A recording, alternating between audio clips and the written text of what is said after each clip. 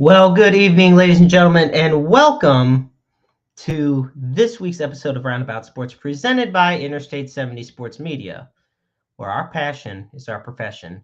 Thank you for tuning in this Wednesday night, folks. I am the Maestro Jeremy Carp, and alongside me this evening is the Bird Sugar of Missouri, our lovely I-70 Sports Media historian himself, Parker Bena. Parker, how you doing, my friend? Doing fine, Jeremy. Thanks. I'm sure you can see, but I am wearing a fedora in Bert's honor. I love to see it. Like you told me earlier. And there's our favorite heel referee, Christopher Miles, and I'm waiting for him Zebra. to. Yeah, exactly, our favorite zebra, and you can catch him on Issues with Wrestling with Christopher Miles every Sunday night at 6 p.m. Central Standard Time, and he's in the top 100 wrestling podcasts on Apple Podcasts, which is just a wonderful feed of his own. So, thank you so much for tuning in, Chris. And Jared, I'll even say thank you for tuning in, even though you don't like me. I see that. And that's okay. That's okay. He doesn't like me. He never has. I don't mind. Um, but no, we got a lot of talk. We got a lot to talk about this evening, and we're gonna start with the World Baseball Classic. All right. But And first, I would like to offer my condolences to the Southeast Missouri Red Hawks. They lost their play-in game 75-71 to Texas A&M Corpus Christi. So the Southeast Missouri Red Hawks are out. yeah, and I was something I unfortunately foresaw happening. And no, Jared, you are not the only one that does. James, myself, Babs, we all call him a heel. So sorry, but we love you. Anyway, yes, we will be also talking later on about the March Madness. As you can see, we got our brackets ready, and we will be going over at least our Final Four and finals and whatnot. Because over the next few shows, and we'll probably be doing some special episodes in regards to March Madness, because it is one of the craziest times of the sports year. And I look forward to it every year, even when my bracket gets busted and I'm up Poop Creek without a paddle. But let's go about you want to offer condolences. Let's offer condolences to a team that just seems to keep getting their butts whooped in the World Baseball Classic. And damn, that is Team Israel. And it breaks my heart because they beat Nicaragua on Sunday 3-1, but then they get blown out by Puerto Rico. Combined perfect game. Yep. Then they get blown out the next day by the Dominican Republic 10-0. And the Dominican Republic is presently in trouble. Yep, and the Dominican Republic is currently facing Puerto Rico on FS1. Nothing. And then Venezuela beat Israel today 5-1. So it's just going from bad to worse. And so I am. It's a rough one. Meanwhile, Parker, you have some breaking news as far as the World Baseball Classic and the game between Mexico and Canada that just ended not too long before we went on the air. Yep, Canada lost 10-3. I mean, and that puts them just right on the brink of elimination at this point. And so I'm stunned. Like, I look at the favorites going into the World Baseball Classic, and the odds were plus 3,500 for Canada. The two favorites were without a doubt the United States and the Dominican Republic. Japan was also up there, as was Puerto Rico. As was Mexico, believe it or not. Yeah. And at the bottom of the barrel, you got China, you got the Czech Republic, you got Nicaragua, Italy. But Italy's going on to the quarters. Yeah. I was amazed at that as well. With Andre Palante. It's always a fine sight to see. And Vinny Pasquantino from the Royals is on Italy, and Mike Piazza is their manager. Yeah.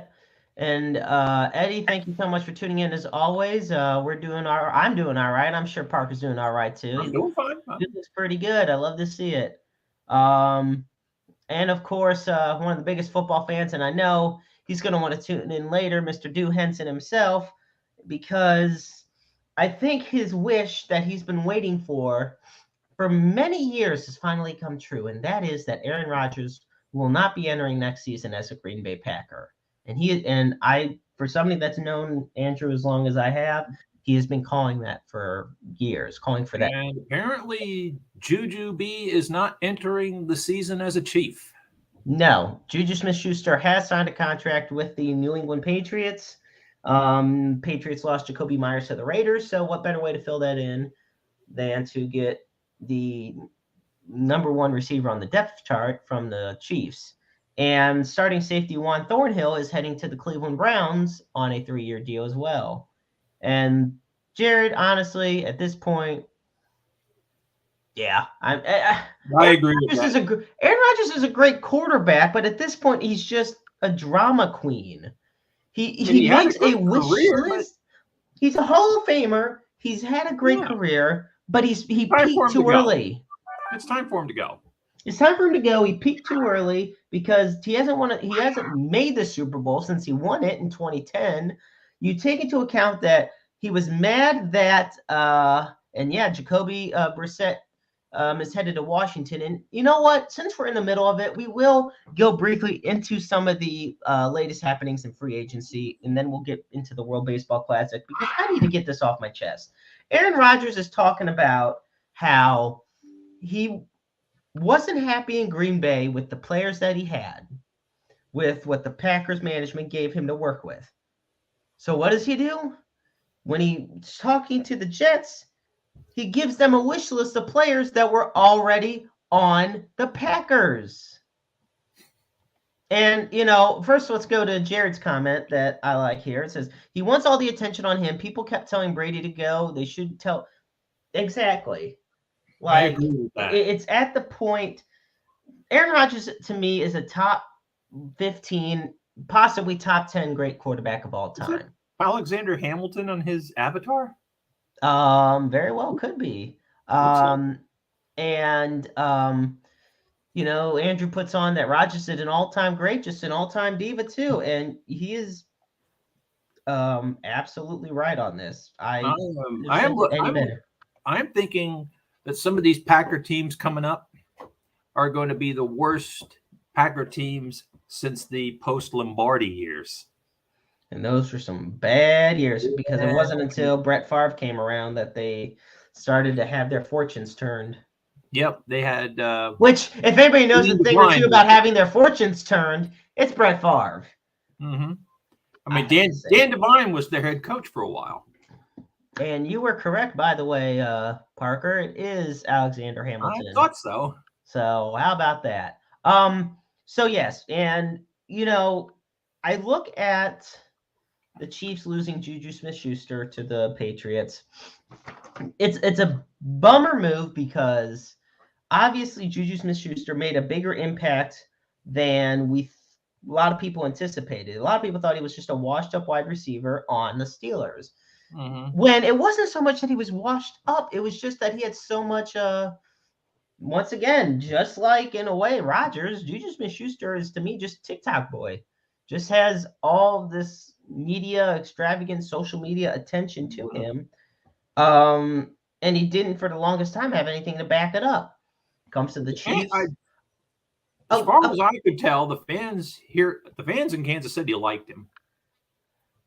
Fans in Kansas City liked him, and they liked him because guess what? Well, first off, when you have the best quarterback in the NFL, you're gonna find a revitalization of your career. It's he needed a fresh start. Yes, he did. Just like Andrew said. Kadarius Toney.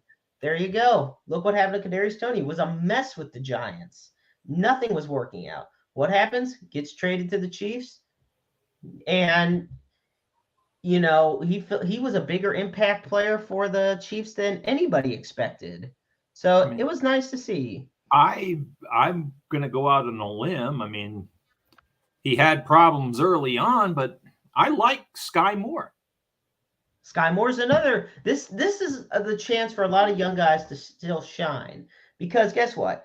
The number one receiver on the Kansas City Chiefs is always going to be a tight end, that being Travis Kelce. Until Travis Kelce retires, because I never see him going to another team. No. Until Travis Kelce retires, he will always be the number one receiver on that team. And, there's nothing wrong with that. But I look at the supporting cast he has. You would have your Juju Smith-Schuster. You had Sky Moore, Kadarius Toney, Mecole Hardman. Don't forget MVS. And MVS, and I'm sure Andrew's going to comment on him soon, because if anybody knows about MVS, it's him. And Jared, we're going to get into that. Is Baker Mayfield signing a 1-year deal with Tampa for $8.5 million. So about Baker, you take a look at there he goes. He knows exactly what I'm talking about. He knows.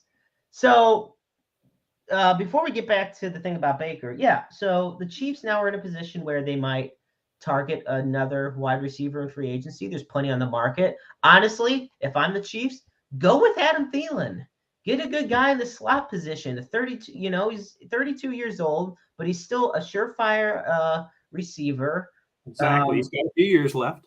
The thing that's great about him is that he's able to take attention off other guys because he's so reliable. Henceforth, look what he did with guys like Justin Jefferson and KJ Osborne and Stephon Diggs when he was in Minnesota. So add Adam Thielen if you can. And there's still a lot of other wide receivers on the market as well for the Kansas City Chiefs, and if they want to take that route. Because the Kansas City Chiefs, and I'm going to do my best not to get the name wrong because I reported it last night, that defensive lineman Charles Omenihu has signed with the Chiefs on a 2-year, $60 million deal, which makes up for the fact Frank Clark is gone. But here's some of the free agents now that are still on the block that you can go for. Well, you got yourself a where is it? You got Jarvis Landry. You got Marvin Jones. You got Paris Campbell, Mecole Hardman, Darius Slayton, Alan Lazard. I mean, these are still some solid run-of-the-mill guys. Nobody screamed, who I just mentioned. And see, I could see this too. Here's a report that receivers are calling Mahomes about teaming up with him, which I can absolutely see happening. Yes. Definitely not surprised about that. And you're right. Alan Lazard did sign with the Jets. I completely forgot. We'll switch him with Randall Cobb. These are run-of-the-mill guys that none of them are going to be that flashy number one receiver anymore. Or some were never number one to begin with. But Patrick Mahomes. I think Mahomes can make any receiver look good.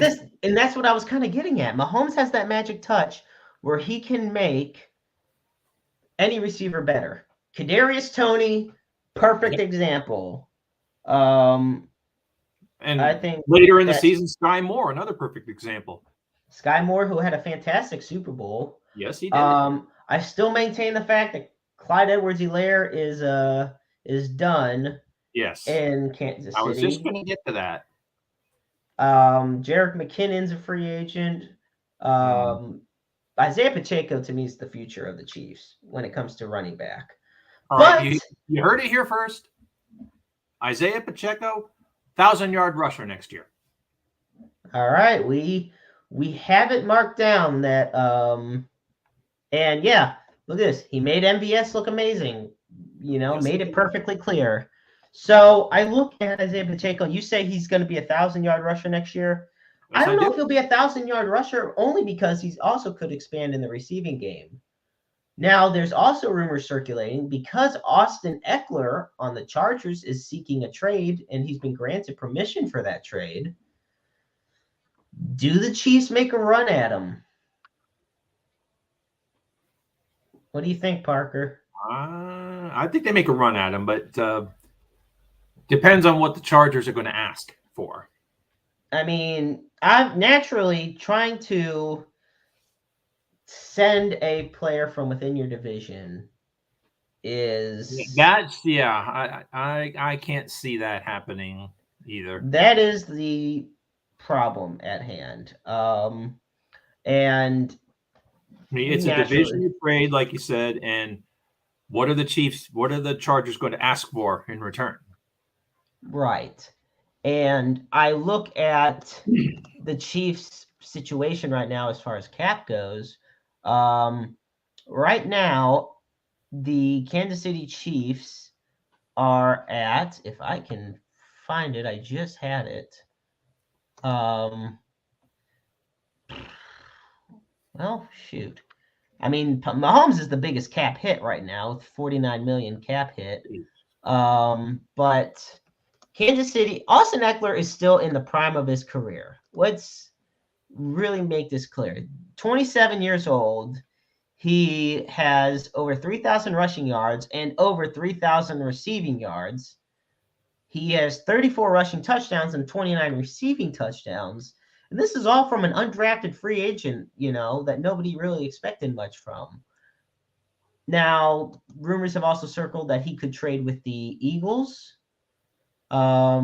Sports Illustrated put out an article on the best spots that he could land on, and all of them were NFC teams except number one, who was the Colts. And that's an interesting one in and of itself, because of the fact that you take a look at the Indianapolis Colts, and they already have Jonathan Taylor, who's top 3 back in the league when healthy, but the problem is he's not healthy anymore. Now, you just mentioned that Austin Eckler was an undrafted free agent. I'm sure you remember from the Chargers, Antonio Gates. Yep. Became one of the greatest receivers in their history. Not only was he an undrafted free agent, he wasn't even a football player. That is very true as well. That's something a lot of people may not know. He was a basketball player from Kent State. Yep, and he became a football star, and the rest is, and he'll probably one day make the Hall of Fame. The rest is history on that one. Exactly. Now, this is our not so early football. Oh, Jared doesn't think the Chiefs are making it to the Super Bowl next year.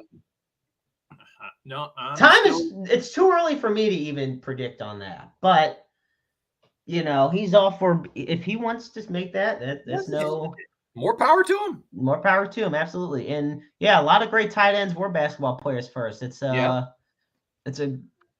interesting as far as that. Because we take a look at some of the guys who excel on the basketball court. You got Tony Gonzalez. You got, like I said, Antonio Gates, Jimmy Graham, Darren Fells, Julius Thomas, Quentin Rollins, Rico Gathers. There's a lot of guys that. I mean, he wasn't a tight end, but he was a defensive lineman. Julius Peppers. Julius Peppers was too. And was a basketball player. Eddie wants Jared to quit picking on the Chiefs. No, you're not, but he's talking about Jared. So when we look at more free agent news, that the Saints have signed former running back from the Lions, Jamal Williams, a 3-year deal, according to Adam Schefter. And Derek Carr. Yeah, and Derek Carr. Carolina has signed Miles Sanders. I can't believe this. Miles Sanders, the star running back of the Philadelphia Eagles, is signing with the Carolina Panthers, who have just a few days ago traded a lot to the Bears for that number 1 overall pick. Carolina is doing a massive overhaul right now. I wonder who the big winner in that deal is going to be. It's going to be Chicago. This is the thing. The Bears had entered with over $90 million in cap space. They've made a lot of splashes already in free agency. They got a plethora of draft picks already. And they want to fill up that new stadium they're building. Right. The Arlington Heights Bears before you know it. But it'll still be called the Chicago Bears. But I know. And we take a look at the Chicago Bears and what they've done so far in free agency. So first off, they lost former running back David Montgomery. But they really have a lot of faith in Khalil Herbert at running back. Rookie really shined last year. But we take a look at they signed Travis Homer, DeMarcus Walker.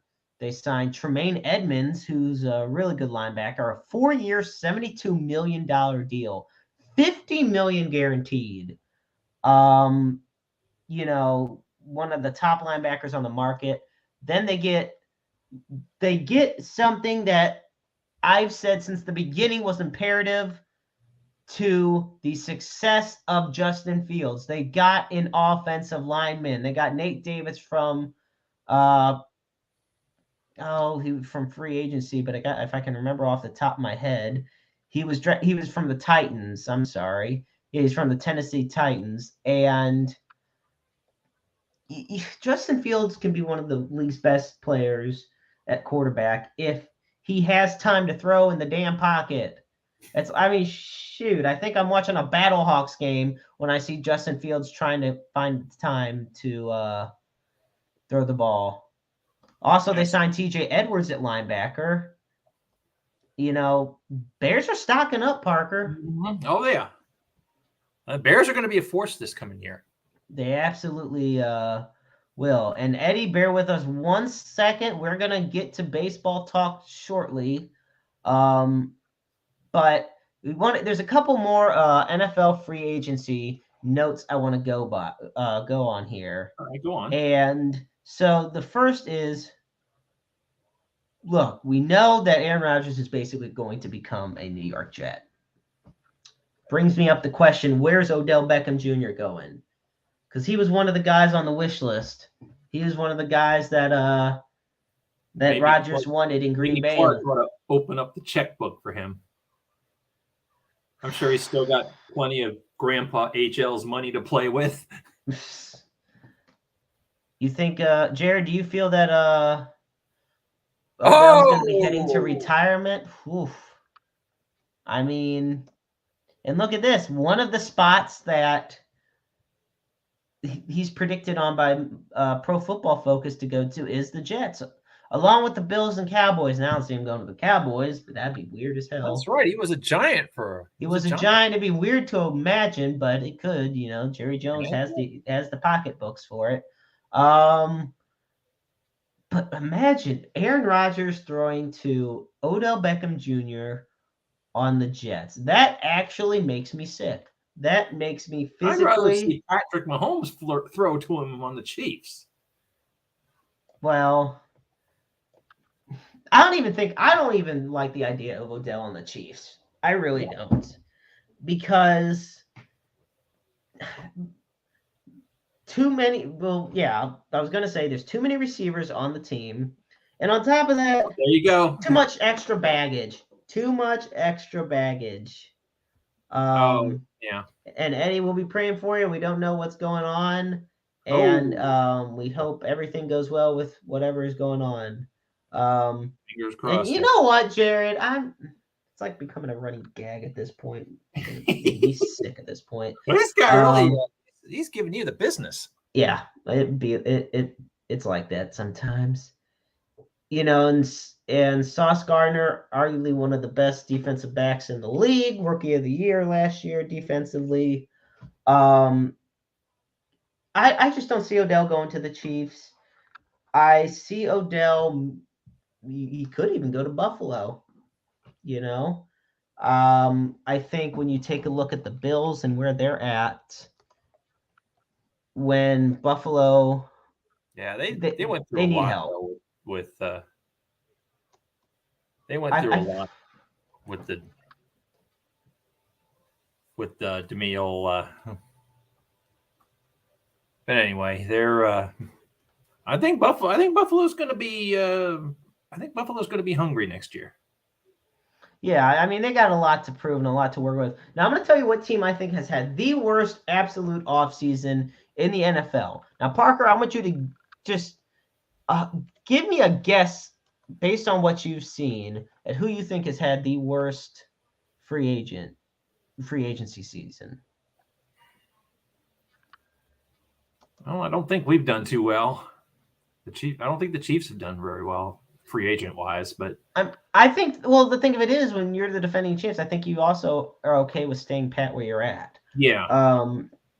No, but this does tie into the Chiefs because the way I see it, The Raiders. Nope. The Broncos. Nope. To me, it is the Cincinnati Bengals. Oh.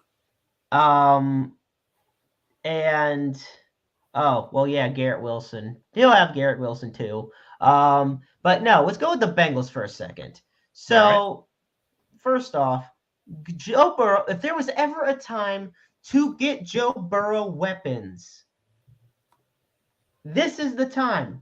Because, look, you got T. Higgins, who's going to be the breakout star on here. You got Jamar Chase, who we don't know what's going to happen. There's been allegations that his ex-girlfriend has brought about, but she's hiding them, if you will, and is threatening to release them. You got Tyler Boyd, who they're still working on keeping. We got Joe Mixon that's in a little legal trouble. We got Joe Mixon that's really screwed right now. They haven't really made any moves for the offensive line, which is henceforth what I'm talking about when I talk about wasting Joe Burrow's prime, because what was the reason Joe Burrow tore his ACL in the first place was because he kept getting sacked because his offensive line was absolute terrible.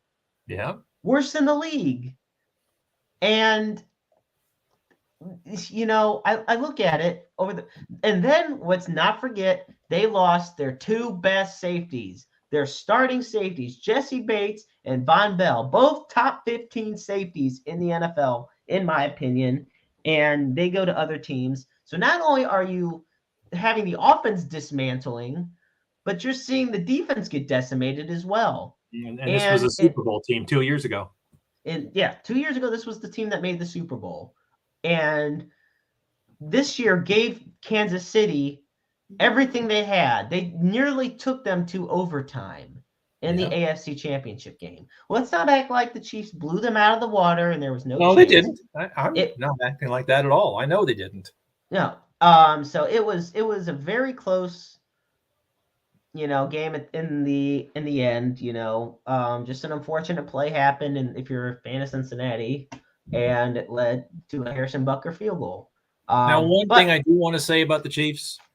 They need to do this. I mean, this guy deserves it. He played a lot of years for the Chiefs and put up some really good numbers. They need to retire number 14 in honor of Ed Podolak.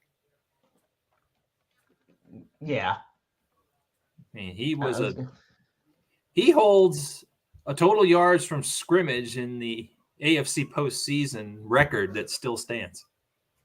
Well, he's also a Super Bowl champion and an AFL champion from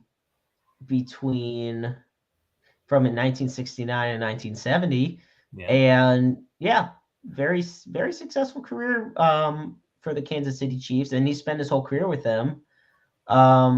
So most definitely, I think that would be a nice thing for them to do. And we also hear in other Chiefs legend news, we still are mourning the loss of Chiefs legend Otis Taylor, who passed away. The one the NFL tried to kidnap.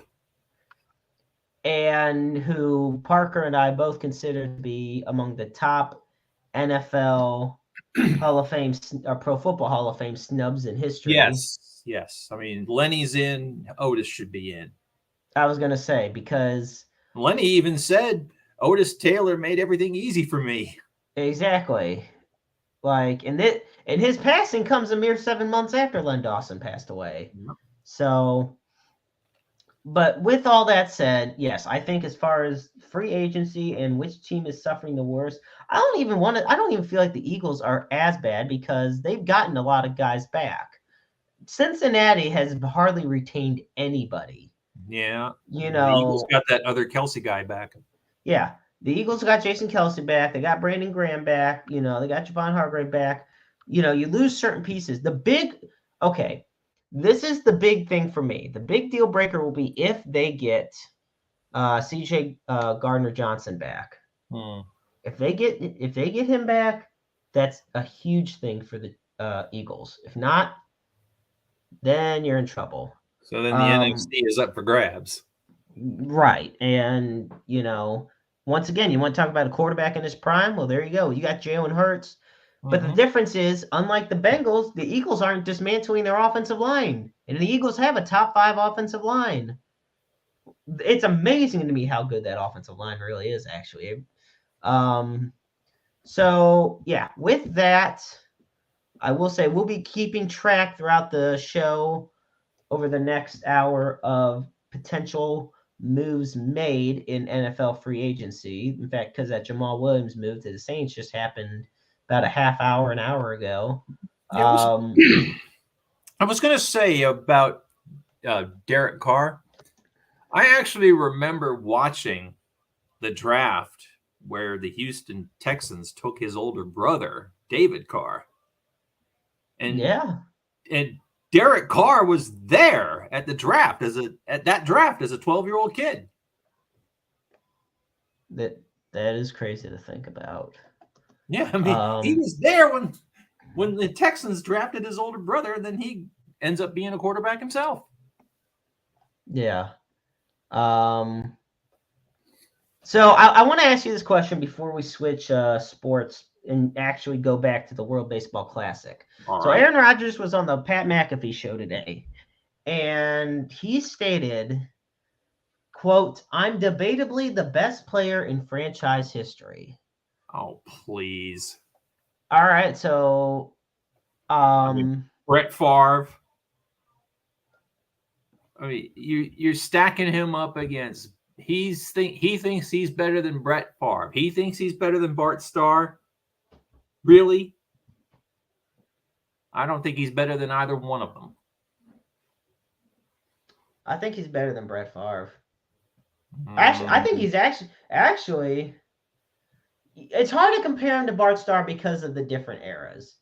The way that you play now is not how you play back then. First off, Aaron Rodgers has the best arm out of all three of them, without a doubt. Nobody can make the throws out of those three that Aaron Rodgers does. Bart Starr was a winner, though. Yeah, but this is the thing. I will say when it comes to the postseason, I'd put Bart Starr in over any of the three quarterbacks. Bart Starr was the greatest playoff quarterback in Green Bay history. I consider Aaron Rodgers arguably the greatest quarterback in franchise history. And I'll even go top 5. Hell, I'll go top 3. Because I look at, you got guys like Ray Nitschke. You got guys like, you got Jerry Kramer. You got the Minister of Defense, Reggie White. Yeah. I mean, I'll be honest. The Packers you have in the Hall of Fame. Yeah, but once again, the Packers have been around so long. It's so many different eras of football, and the more modern the game got, the more the Packers actually struggled. Let's be real here. And Parker, you saw this firsthand. The 70s through the 90s were terrible for Green Bay. Yeah, they were. Until 1992, when some guy named Brett Favre came along alongside Mike Holmgren. Now, remember how I talked about Aaron Rodgers winning a Super Bowl too early in his career? Yes. Let's talk about Brett Favre. He won over Super Bowl only 5 or 6 years into his career. Yeah. And, I'll go with the problem with Reggie White, and I really want to say he's the greatest in Packers history. And you could still make that argument, but the thing of it is, a lot of his career was also spent with the Eagles. A lot of his career was also spent with the USFL. Well, a couple years, but I mean, that's how long the league was around, basically. Matter of fact, I was at the game in the Meadowlands, the old Meadowlands, not the current one, the old one. The New Jersey Generals and the Memphis Showboats, and Reggie White laid a vicious tackle on Doug Flutie, almost ended his career. Oh my God. And Doug Flutie turned out to be another all-time great as far as durability and athleticism. Yeah, a lot of those years were spent north of the border. So, folks, I really want you all to tune in, or well, I thank you for tuning in, but I really want you to give us your thoughts on this question or give us a response to if you feel Aaron Rodgers is the greatest Packer in history. And, be sure to tell us why or why not, because it's a tough choice for me. I will say this. The Packers' consistency with quarterbacks is just phenomenal. But once again, you get to playoff Aaron Rodgers, and it's bad. Mm. Once again, hasn't made the Super Bowl in over a decade. Now, what is the name of the kid that's going to succeed him? Jordan Love is his name. That's it. Thank you. And Jordan Love, everyone's on the hype train for Jordan Love, and I'm on the hype train as well. Okay. And we got to understand, folks, Jordan Love is not some undrafted guy they just picked up. He was drafted in the first round in 2020. Now he's only played a handful of games, but when he showed last year, he actually did well. He didn't start any games, but I look at how he did. He's getting started. He's still young, but this is the thing. You could not go another year without having both Aaron Rodgers and Jordan Love on your team. At some point, one of them had to go. And Andrew says he looks like Aaron Rodgers. Well, I'll say this much, and in regards to playing style, and I'll say this much: if when it's official and Aaron Rodgers becomes a New York Jet or whatever he does, the Packers made the right move, not bringing him back. You need to move on. You cannot rely on a 38-year-old for the next 7 or so years. To me, it's similar to the issue and it's something I've brought up on the show a lot, of when the Cardinals could not find that backup for Yadier Molina, and they kept recycling through different catchers. You had your AJ Przinsky's, you had your Tony Cruz's, you have Andrew Kisner. I like Tony Cruz. I wonder whatever happened to him. Well, I like Tony Cruz too. He was the one I was hoping would build something. He ended up going to Kansas City, and then we never heard from him again. Yeah. So I look at the move with the Green Bay Packers and New York Jets with Aaron Rodgers, and I think it's a smart move. So, and like I said, folks that are tuning in to Roundabout Sports, we are going to be keeping you up to date on the latest NFL free agency news throughout the next 45 minutes or so. With that, we're going to transition back, though, to what we were kicking off for the show, and that was the World Baseball Classic. Now, yeah, I was going to say before we switched gears, I was going to say that Tyler O'Neill actually had a pretty nice WBC for Canada. He really has had a really good one. But the thing of it is, right now, especially due to their loss to Mexico, the Canadians are on their brink of elimination. I think they are eliminated. We beat them. Well, from what I believe, their hopes of a final berth are dependent on somehow. If Colombia upsets the U.S., that's it. Well, I'm sorry. If Colombia upsets the U.S., Canada's in. If the U.S. wins, Canada's out. Yeah. That'll be a bummer, eh? Yeah. Well, no, I'm not. I mean, I'm going with the USA. I'm going with my country on this.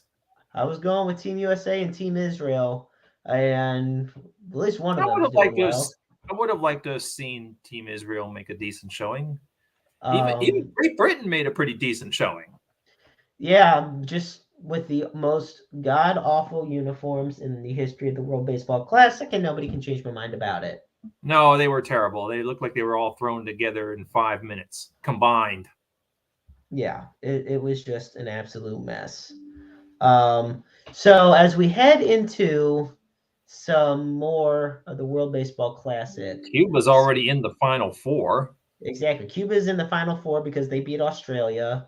And right now we're going to take a look at the Dominican Republic versus Puerto Rico, and I'll tell you right now, it is 4-1, I believe. And 4-1 Puerto Rico. Yep, 4-1 Puerto Rico is ahead. So where that holds up, the DR goes home. Yep, and that is why I called. We're heading into the 5th inning, I believe. Or no, I'm sorry, we're heading into the bottom of the 4th. But go ahead. That is why I call it Group C, the group of death. Yeah. I mean, World Cup soccer has a group of death. So the Group C is the WBC's group of death.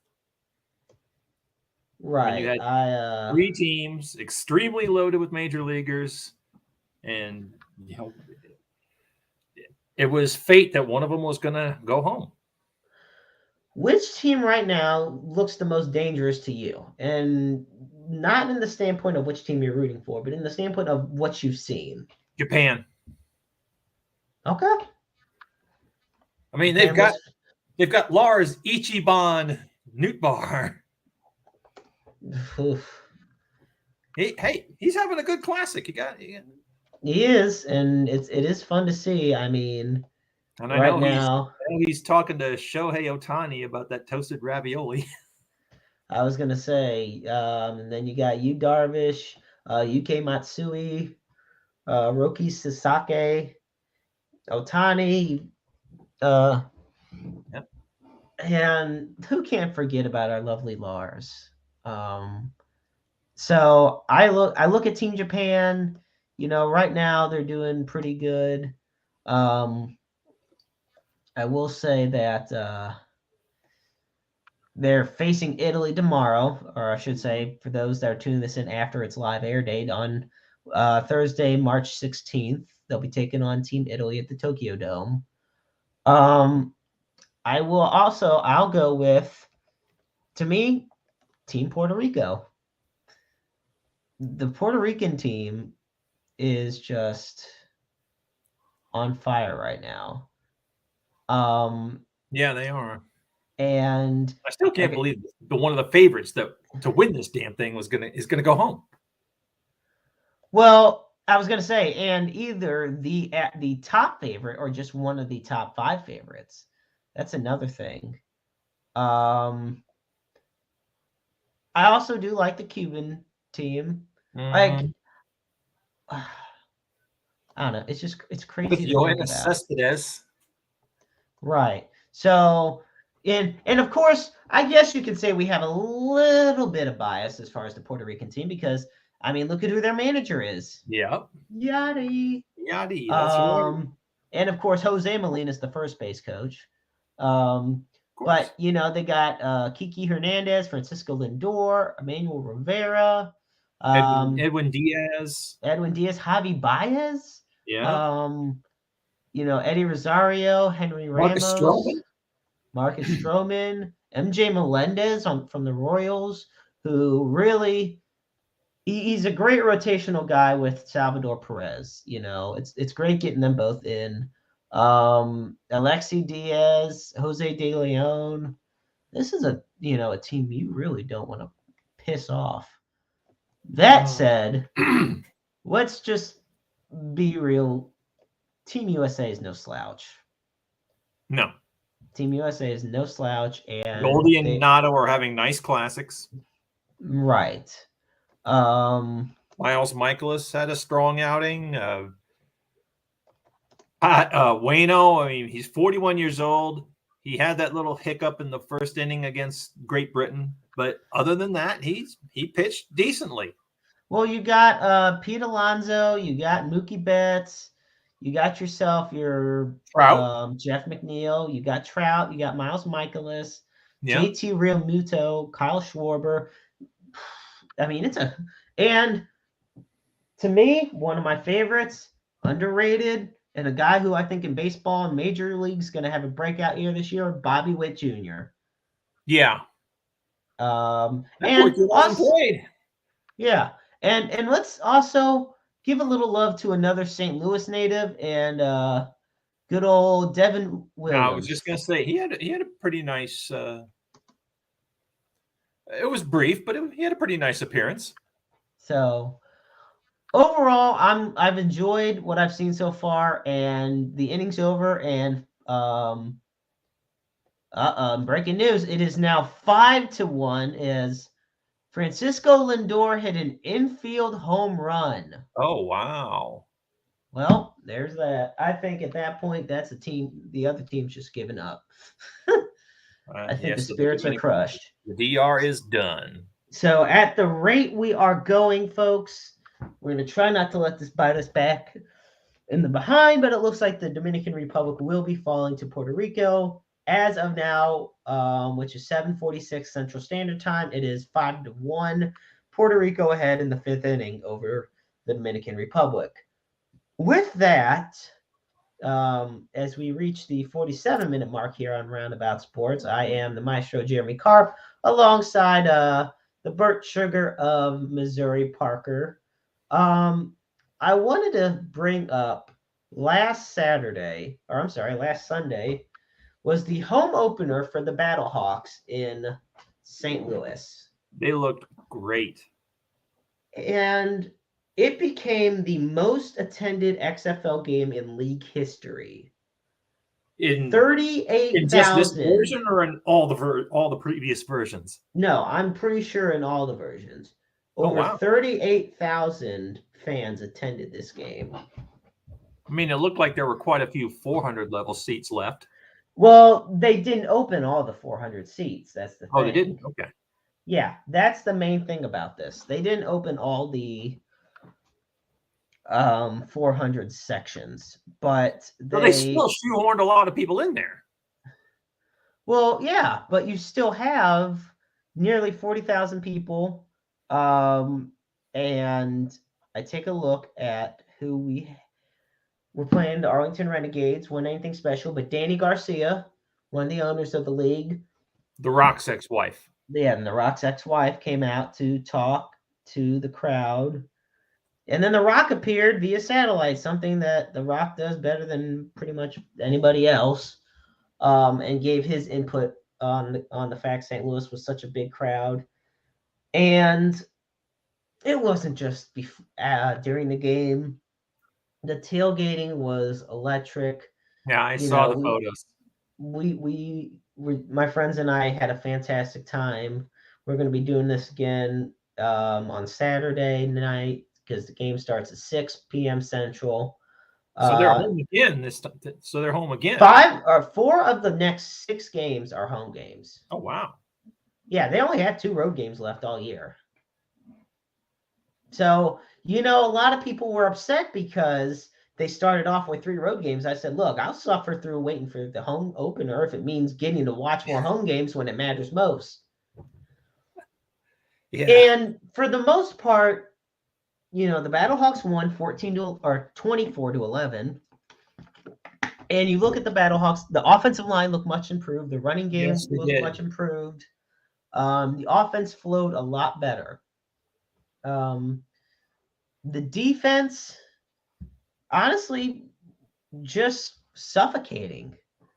11 points. You only allowed a field goal, or a couple field goals. No, you only allow a field goal and a touchdown with a 2. So that's very impressive. Overall, it was just a fantastic experience, a great time. I'm looking forward to the Battlehawks yet again on Saturday when they face their new heated rival, the DC Defenders. And I tell you, it was a chippy game 2 weeks ago when they faced DC, and I can only imagine what it's going to be this time around. I I think they're going to have the home field advantage behind them. Or in this case, the dome field advantage. Yeah. Because after all, Kakaw is still the law, even though the good Dr. JM says hell no. And also, I will say, be sure to check out our official YouTube channel at Interstate 70 Sports Media. The good Dr. JM actually got exclusive interviews with WWE SmackDown Women's Champion Charlotte Flair and former WWE Tag Team Champion and NXT Tag Team Champion Xavier Woods. So I'm looking forward to seeing those interviews. And you can, like I said, you check them out. You can check our Facebook page for them. Now, you're probably too young to remember this, but when I was in my 20s, the WWE was still called the WWF. Right. And I still maintain that the Rock Wrestling Connection storyline was the best ever. The Rock and Sock Connection, or the Rock and Wrestling? Rock Wrestling Connection. Oh, the Rock Wrestling Connection. Okay. Yeah, with Hulk Hogan and Cyndi Lauper. Well, that was a big part of the '80s boom right there. Yeah. Piper's Pit. Yeah, absolutely. So with that, we are going to, as we're getting closer to the hour mark on the show, first we're going to check back, and it looks like, so yeah, it's 5-1 heading into the bottom of the fifth. And folks, the reason we're keeping track of this is important for the sake of, if Puerto Rico wins, Canada is eliminated. Which means for your Cardinal fans out there, there goes Tyler O'Neill. Tyler O'Neill goes home. Tyler O'Neill goes home, but that's okay because it'll be baseball season here before you know it too. So I'm looking forward to that. With that, we're going to transition now to our very own March Madness. Yeah. All right. Let me just say this right now, Parker. I love the fact that Mizzou's in it. I love the fact the Illini's in it. Of course, the defending champion Kansas Jayhawks were going to be in it. But I look at some of these teams. I was upset that SEMO did not make it. Well, they did. They did, but they didn't. Okay, the first four thing. Yeah. That's basically just a 16 versus 16 to see who's number 16. Yeah, well, that's what that was. I mean, and the other two are 11s versus 11s to see who's 11. Exactly. So that's kind of weird. I don't know why they don't just have the first four be all 16s. Right. So with that, what is your biggest upset that you have early on in this tournament? College of Charleston. The College of Charleston beating Virginia? No, the College of Charleston is a 12. Yeah, I have them I'm sorry. They would have them over San Diego State. Yep. I actually have them there too. I have them facing Virginia in the next round. I don't see them going on beyond that, but I think they're an early upset special. One thing I do see, I see St. Mary's, or I'm sorry, not that. They're already going to upset. Where is it? Oh, here we go. I have Drake upsetting Miami, Florida. Ooh, that'll be a good one. And there's a good chance they can upset Indiana as well. I also have Boise State upsetting Northwestern. Ooh. But I decided, look, I never win these things, so nothing good ever comes of it. Yeah, me neither. I didn't.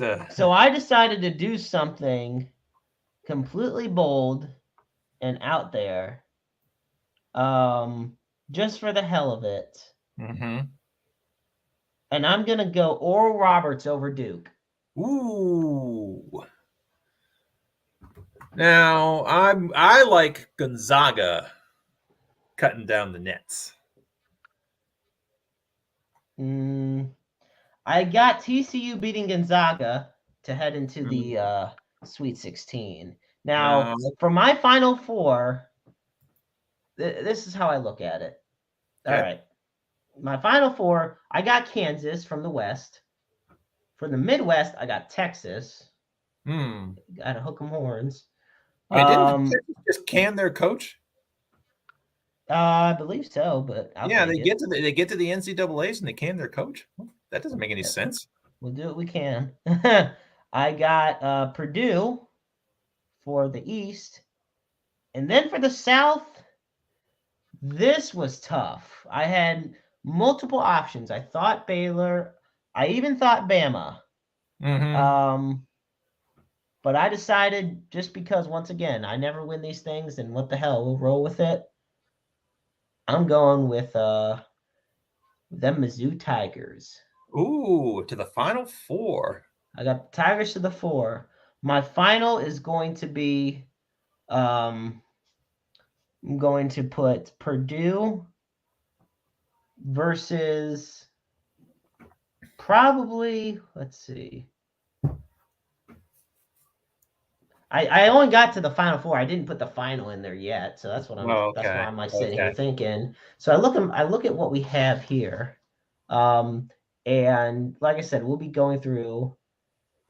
Yeah, my thoughts exactly. I got Oral Roberts beating Duke in this. Oral Roberts finished 30-4 this year. Duke 26-8. And another reason is because I've constantly picked Duke year after year, tourney after tourney, them and Kentucky, and both teams continuously let me down. So I said at this point, screw it. I'll have Kentucky go a couple rounds, they're done. And then Duke, I'm not playing with it. So I'm upset Loyola Chicago's not in the tournament this year, because who doesn't love Sister Jean, the chaplain, the 103-year-old chaplain. I was just going to ask, he's still alive? Yeah, still alive, 103 years old, and still, I was going to say kicking, but I'll say still praying. And so, all right, my final is going to be Purdue. I got Purdue in the final, so they'll beat Mizzou, in my opinion. And then, honestly, oh, shoot. This is tough. Kansas or Texas? I mean, you know what? I'm getting the upset. I'm putting Texas in there. So my finals, I got Purdue. You know what? I'm going to put Purdue over Texas. So that's where I'm at with this. And like I said, with all the episodes we're going to be doing over the next few weeks or days or whatnot, and keeping track of this, who do you got in your Final Four, and who do you got winning it all? I've got Arizona, Purdue. I'm going to go with the Houston Cougars. Then I'm going to go with the Gonzaga Bulldogs, and the Gonzaga Bulldogs are going to win it all. Ooh. I got Gonzaga losing against TCU, because I have them winning against Grand Canyon. I doubt that won't happen. Okay. But I have TCU upsetting Gonzaga. Now, once again, when they face against UCLA or something, TCU is going to get embarrassed, just like they did in the BCS in the college football championship game. But that's a whole nother story. And I'm just saying. I'd like to put a little. I'd like to put this tournament into a little bit of historical perspective, because you take it away. Go for it. Okay, I mean this. You're too young to remember this. I mean, the NCAA tournament, what we call March Madness today, wasn't always the preeminent postseason basketball tournament. Okay. For a long, long time, it played second fiddle to the NIT, because back in the early days of college basketball, Madison Square Garden was the mecca of college basketball. I mean, that's where all premier games were played. I mean, the Knicks. I mean, the Knicks were an afterthought. They played their games uptown at the 69th Regiment Armory. But I mean, New York City was the capital of college basketball. You had St. John's, you had Manhattan, you had NYU, you had Long Island University, you had CCNY. We'll more on that in a minute. But all the all the top teams came into Madison Square Garden because they wanted the exposure. But anyway, as I mentioned to you earlier, there was one team in 1950 that won both the NCAA and the NIT tournament in the same season. And back in the day, that was possible. And that was the City College of New York. However, the next year, City College, along with a lot of the other New York City schools I just mentioned, got involved in a really ugly point shaving scandal. And I mean, a lot of good players missed out on NBA careers because of it. A lot of good players went to prison because of it. It was really, really bad. And a lot of schools in New York City de-emphasized basketball. And a lot of people think that the New York City game never recovered.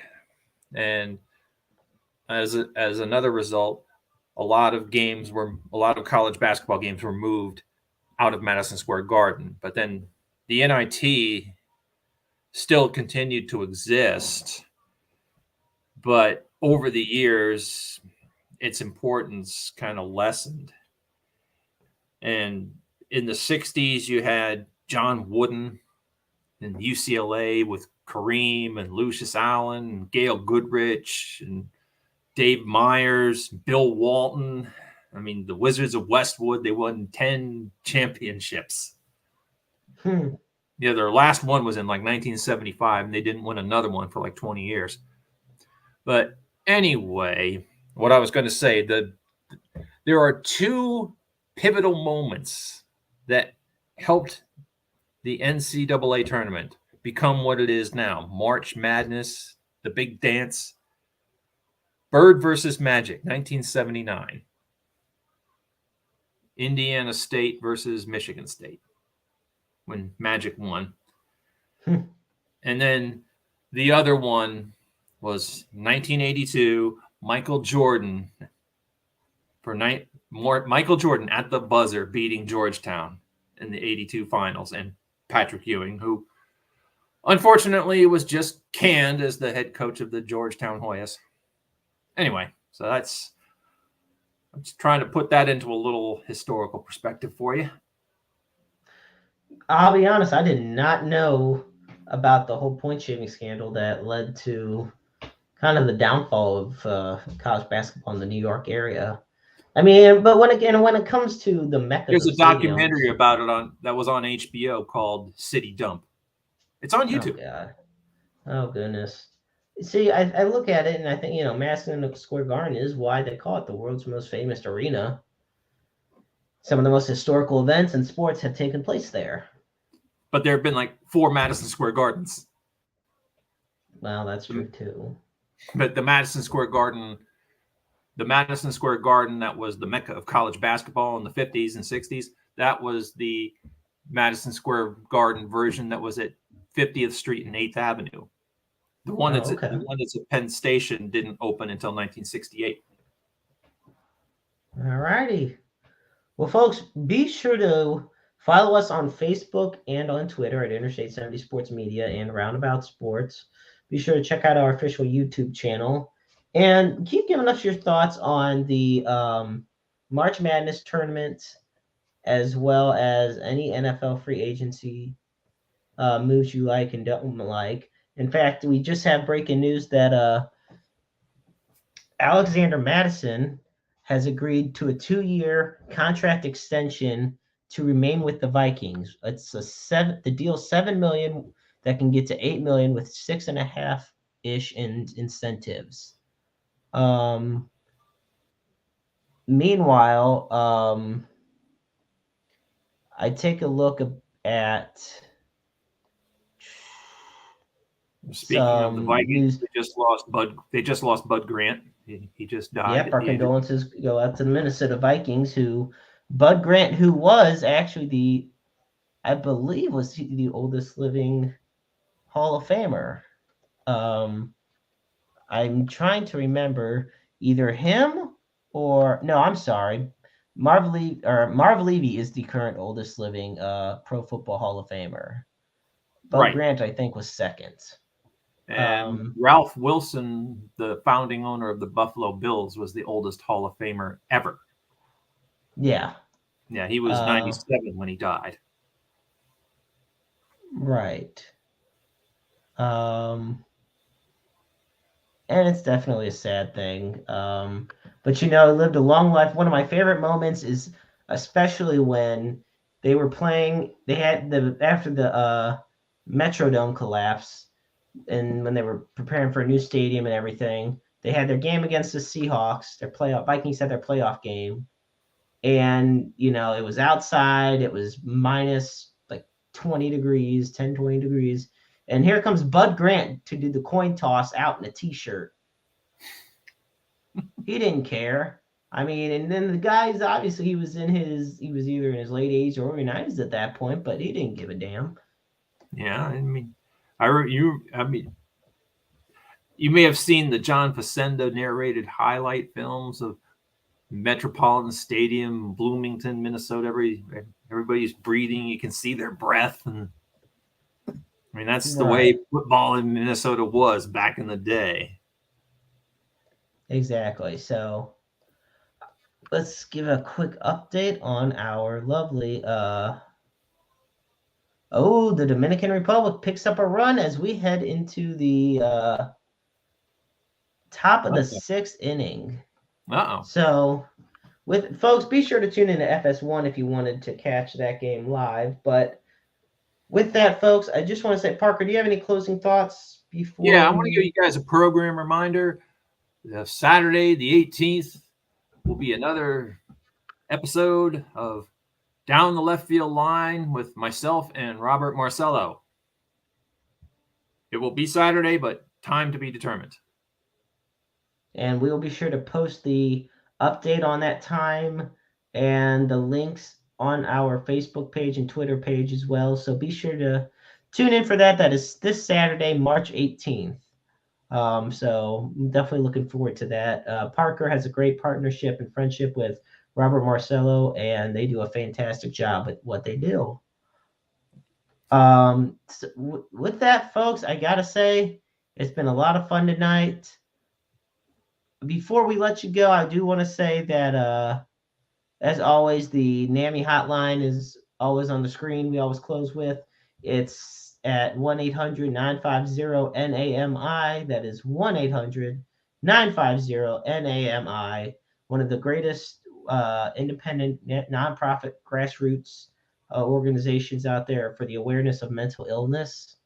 And then, of course, as always, we put up the Suicide and Crisis Lifeline. And for that, you dial 988. Understand that you're never alone in this world. There's always somebody out there that loves you and cares about you. And it just takes that one phone call, that one, pickup of the phone or text. It's 24/7, 365, 366 on leap years. And you could also be the person to be able to be that listening ear for somebody else. Mm-hmm. We all have a role to play in this world, and we all can make a difference in each other's lives. So let's do our best to spread, the peace and love around. I'd like to say also Hollywood, we're still thinking about you. As always, Hollywood, we love you. We're thinking about you, and we're praying for you.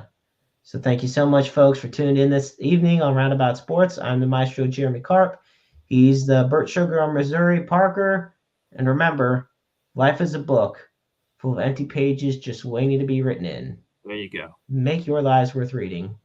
Good night, everybody.